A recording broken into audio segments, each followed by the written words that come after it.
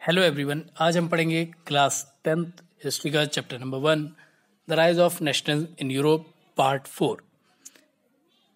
तो चलिए स्टार्ट करते हैं हम वीडियो को। Visualising the nation.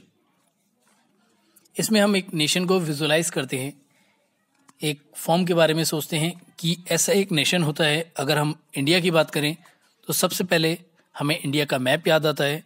वैसे ही जब नेशन बन रहे थे तो नेशन से लोगों को एक आइडेंटिटी मिल सके, नेशन का नाम सुनते ही वो एक इमेज विजुलाइज करें, फेस ऑफ द नेशन।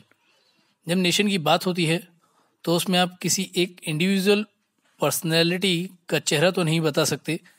जब देश को किसी का चेहरा देना होगा, जैसे फ्लैग, अगर हम कहें इंडिया और आप फ्लैग को इमेजिन करते हो तो वो एक तरह से एप्रोप्रिएट फेस रहेगा नेशन का। नेशन को फेस एप्रोप्रिएट सिंबल या आइडिया के द्वारा फेस दिया जाता है, एक चेहरा दिया जाता है। जब हम आइडिया के द्वारा नेशन देने की बात करते हैं, जैसे वसुधैव कुटुंबकम, हमारा देश एक ग्लोबल विलेज की तरह है जहां हम सबको वेलकम करते हैं, तो ये एक आइडिया हो गया जो हमारे देश को फेस देता है। हमारे देश की जो पहचान है, कुछ सिंबल आइडिया है जो हमारे देश को फेस देते हैं। यूरोप में जब विजुअलाइजेशन की बात चल रही थी, साथ ही ये कॉन्सेप्ट यूरोप तक लिमिटेड नहीं है, ये वर्ल्ड वाइड सभी कंट्रीज़ के लिए एप्लीकेबल है। हर कंट्री अपने देश को, अपने आइडिया को, अपने नेशन को, अपने सिंबल को फेस देने की कोशिश करता है, उन्हें चेहरा देने की कोशिश करती है। इस प्रोसेस में ज़्यादातर पर्सोनिफिकेशन हो जाता है। पर्सोनिफिकेशन ऑफ नेशन में हम देश को एक पर्सन की तरह ट्रीट करते हैं। फॉर एग्जाम्पल, भारत माता, इसे कोई व्यक्ति वास्तव में नहीं था, ना ही इस तरीके का कोई व्यक्ति था, लेकिन हम उसको इमेजिन करते हैं, इसे पर्सोनिफिकेशन कहते हैं। पर्सोनिफिकेशन में आप एक इमेज देते हो, फेस देते हो, एक पर्सन को बना देते हो, क्रिएट करते हो देश के लिए, या देश को एक पर्सन माना जाता है। You are treating your nation as a person. आप नेशन को ऐसे रिप्रेजेंट करते हो जैसे कि वो एक पर्सन रहे होंगे। आप एग्जाम्पल की तरह देखेंगे कि किस तरह से आइडियाज़ को, सिंबल्स को थ्रू रिप्रेजेंट किया गया। जैसे फ्रेंच रेवोल्यूशन में बहुत से सिंबल्स थे, जैसे लेडी ऑफ जस्टिस जो आंखों पर पट्टी बांधकर खड़ी होती है, रेड कैप जो स्लेब्स थे, ये रेड कैप्स पहना करते थे। हर कंट्री कहीं ना कहीं अपने आइडियाज़ को रिप्रेजेंट करती है। सबसे पहले हम एक एब्स्ट्रैक्ट आइडिया लेते हैं, मतलब हमने ऐसे ही कुछ भी सोच लिया, जैसे हम एक देश बनाना, और उस समय इंडिया में अलग अलग प्रिंसली स्टेट थे जिनको मिलाकर इंडिया बनाना है। अब उस आइडिया को फीमेल फिगर के थ्रू एक्सप्रेस करने की कोशिश कर रहे हैं। आप एक ऐसा फेस बना रहे हैं जो रियलिटी में नहीं है। कंट्री को डिस्क्राइब करने के लिए फीमेल फिगर को देखा जाता है क्योंकि वो उदार होती है। तो आप एक एक्सट्रैक्ट आइडिया लेते हो और उस एब्स्ट्रैक्ट आइडिया को एक फीमेल फिगर के थ्रू रिप्रेजेंट करते हो। हमारी कंट्री के केस में भारत माता जो एग्जिस्ट नहीं करती हैं, लेकिन हमने एक आइडिया बनाया, उसको रूप दिया देवी का, वो एक एलोगरी कहलाती है। एलोगरी क्या होता है? व्हेन एन एब्स्ट्रैक्ट आइडिया, या जब एक एब्स्ट्रैक्ट आइडिया को एक फीमेल फिगर के रूप में दिया जाता है, उसे एक्सप्रेस किया जाता है, उसे एलोगरी कहा जाता है। ये एलोगरी नेशनल की फीलिंग को स्ट्रॉन्ग करती है। यहाँ पर हम दो एग्जाम्पल के थ्रू समझेंगे। पहला है फ्रांस, क्रिस्टन मेरियन, ये फ्रांस की एलोगरी हैं जो फ्रांस को रिप्रेजेंट करती हैं। की तरह इनको यूज़ किया जाता है एलोगरी की तरह, जिसके थ्रू उन्होंने नेशनलिज्म की फीलिंग को स्ट्रॉन्ग किया। She was representing the idea of people's nation. वो लोगों के देश को रिप्रेजेंट करती थी। उनके अनुसार देश किसी राजा का नहीं बल्कि वहाँ रहने वाले लोगों का भी है। She exhibit the idea of liberty and Republic.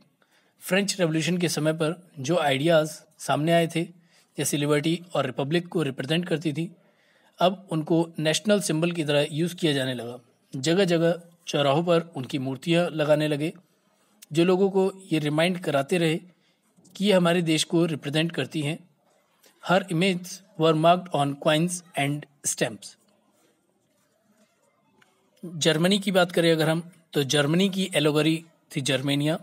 Germania के थ्रू रिप्रेजेंट किया जाता था जर्मनी को। ये जर्मनी की फीमेल एलोगरी थी।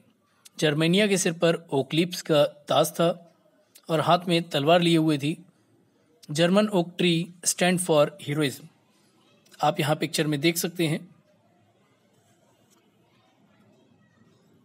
Nationalism and imperialism Balkan issue. 1871 में यूरोप में टेंशन का सबसे बड़ा सोर्स वॉल्कन था। तो इसमें हम ये जानते हैं कि पहले नेशनलिज्म और इंपीरियलिज्म क्या होते हैं। देश के प्रति प्रेम होना, नेशनलिस्ट फीलिंग डेवलप करवाना, जिसके कारण आप अपनी कंट्री को सर्वोपरि मानते हैं, उसे नेशनलिज्म कहा जाता है। इंपीरियलिज्म, जब एक देश दूसरे देश पर कब्जा करने की फीलिंग रखता है तो उसे इंपीरियलिज्म कहा जाता है। जब लोगों में नेशनलिस्ट फीलिंग डेवलप हुई तब उन्होंने अपने देश को इंडिपेंडेंट कराया, आज़ाद कराया, उनका यूनिफिकेशन किया। लेकिन बाद में जब सब नेशन बन गए तो वे एक दूसरे को डोमिनेंस करने की कोशिश करने लगे। वो अपनी इंपीरियलिस्ट टेंडेंसी को इम्पोज करते हैं। ये इंपीरियलिज्म का एग्जाम्पल है। इस तरह से नेशनलिज्म और इंपीरियलिज्म में डिफरेंस देखा जाता है। शुरुआत में सबने आज़ादी पाई और बाद में वो दूसरों को डोमिनेट करने लगे। बड़ी कंट्री छोटी कंट्री को डराने लगी।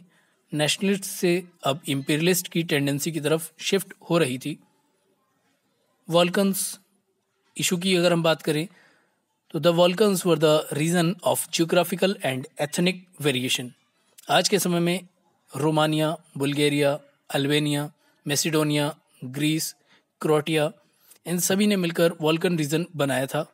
या ये कह सकते हैं कि वॉल्कन रीजन इन सभी स्टेट से मिलकर उस समय में बना था। इसको वॉल्कन रीजन इसलिए भी कहा जाता था क्योंकि यहाँ पर बहुत ही ज़्यादा एथनिक वेरिएशन थे। शुरुआत में ये ऑटोमन एम्पायर के अंडर में था। प्रेजेंट टर्की के आसपास का एरिया जहाँ इस्लामिक रूल चलता था उसे ऑटोमन एम्पायर कहा जाता था। जैसे जैसे ऑटोमन एम्पायर या उसके रूलर्स कमज़ोर होते चले गए तो बहुत से स्टेट ने अपने आप को इंडिपेंडेंट और आज़ाद घोषित करने लगे। ये आज़ाद तो हो गए थे, साथ ही अब ये सोचने लगे कि ज़्यादा से ज़्यादा टेरिटरीज पर कब्जा किया जाए या अपने बॉर्डर्स को एक्सपेंड किया जाए। अब ये area fertile ground of conflict हो गया। ज़्यादा कब्जा करने के कारण यहाँ आए दिन लड़ाइयाँ होती रहती थी। इन छोटे छोटे राज्यों की लड़ाई में अब बड़ी पावर्स ने भी एंट्री कर ली, जैसे जर्मनी, ऑस्ट्रिया, हंगरी, क्योंकि अब उनका खुद का लालच यहाँ पर था। अब लड़ाई वॉल्कन रीजन की स्टेट के बीच न रहकर पूरे यूरोप में फैल गई थी, जिसके कारण अब वर्ल्ड वॉर जैसी सिचुएशन पैदा हो गई थी। या ये कह सकते हैं कि वर्ल्ड वॉर होने लगा था, जो कि 1914 में स्टार्ट हो गया था। एंटी इंपीरियलिस्ट फोर्सेस की अगर हम बात करते हैं तो इंडिया, साउथ अफ्रीका जैसी कॉलोनियल कंट्रीज़ में नेशनलिस्ट फीलिंग डेवलप हो रही थी और एंटी इंपीरियलिस्ट मूवमेंट शुरू हो रही थी। फर्स्ट वर्ल्ड वॉर के बाद में बहुत से कॉलोनियल कंट्रीज़ ने अपने आप को इंडिपेंडेंट डिक्लेयर कर दिया। इंडिपेंडेंस की डिमांड फर्स्ट वर्ल्ड वॉर के बाद और ज़्यादा तेज हो गई। इसी के साथ ही हमारा ये चैप्टर कंप्लीट होता है। हमें कमेंट करके ज़रूर बताएं कि आपको वीडियो कैसा लगा। हमारे चैनल को सब्सक्राइब करना ना भूलें। वीडियो को लाइक करें। धन्यवाद।